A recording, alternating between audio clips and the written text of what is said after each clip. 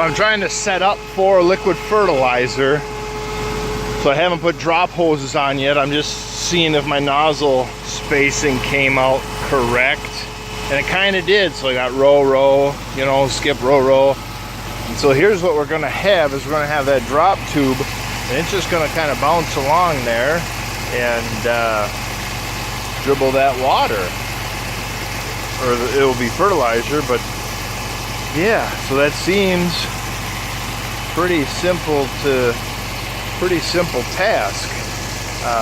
Now it's just a matter of getting my hoses on and going from there.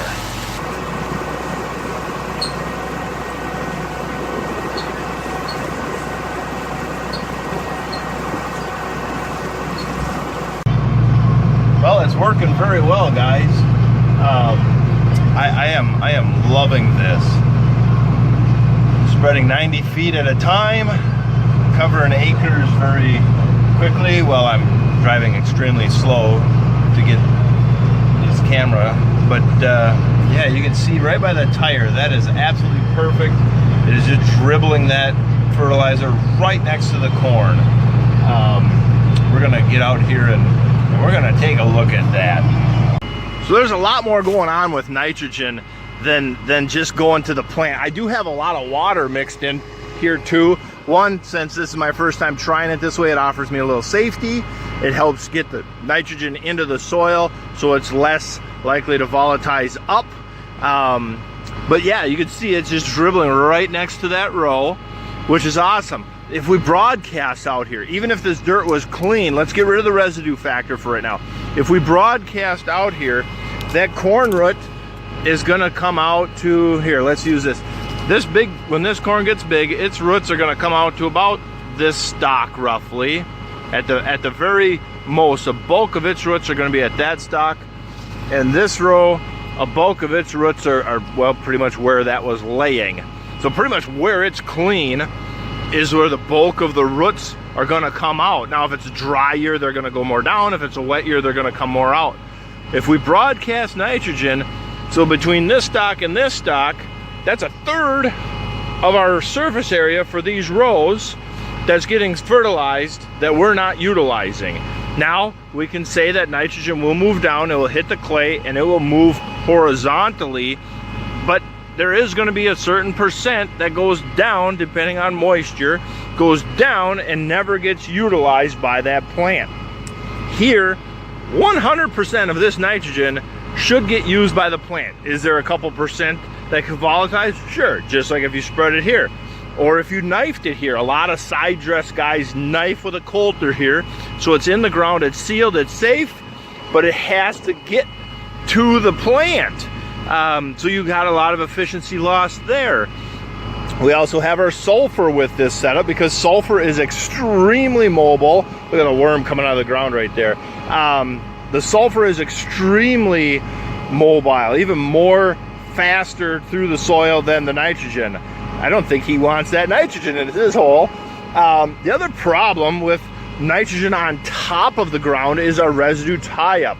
And conventional tillers are not immune to this because all this residue would be just in them top 2 inches of soil, so a lot of that residue is going to grab onto that nitrogen as well. But on the surface here, it's going to hold up and it's going to tie up. Now this fall, we might get some of it back late season as the corn is super big, but we don't, you know, we can't count on that. So we need to do this. And the other part is, I'll show you when we get to the other end, is instead of paying the co-op, I'm very thankful for the local co-ops, don't get me wrong, but they are spreading on a 90-foot pattern, just like we're doing, 90-foot pattern. The difference is I've got swath control. So I can shut sections off as I overlap. They can't because they just got a spinner spreader. So we'll see that here in a minute when we get going again. But yeah, it's doing what it's supposed to do. The only thing I need to do is add some hose clamps here so the hoses stop spinning to hold their shape. But no, that's what it's supposed to do. Let's get back to get going. Right, so when we come into the headland, now here's where that swath control is really going to pay off. Here we'll drop down a little bit. So I can try, there we go, boom, one section. It's turning on because I had a start-stop gap over there. But I can manually control that boom as well. There we go. So thinking about that fact, that the co-op would have came in with 90 feet. Now they'd be double fertilizing all the way over here just to get this coverage up. Well, we don't need that much double P and K on a headland or anywhere in the field, and we don't need that much overlap of nitrogen. Now a conventional farmer is going to say, whoa, all that nitrogen, you'll just have a better corn crop there. Possibly, not guaranteed. There is a limit to your crop production just on nitrogen. We have found that by pushing the nitrogen, there's that fine line between applying enough nitrogen to get that max yield and applying more nitrogen and not getting any more yield because of the year. It's a cold year, wet year, bad year, whatever. And we also know that nitrogen, too much applied nitrogen to our soil is a bad thing. It goes on the soil health scale. Over applying nitrogen really goes into that bad column very quickly on how it interacts with our soil life and what it does in our soil structure and our soil life. So we don't want to just be wasting money out here. That's the bottom dollar. Money. I will build soil health, but we got to pay the bills first, and this is how we're doing it. By spreading myself, I am saving $18 an acre versus having the co-op do it. So it worked great. Did 110 acres today. Had to go kind of slow because waiting on the co-op, you know, they can't tend to everybody. And so I just took my time, drove slow in the field, did 110 acres in just over 3 hours or just under 4 hours of actual seat time. Went fantastic. Loved it. Worked like I should have. And so yeah, in one day I'm a third done.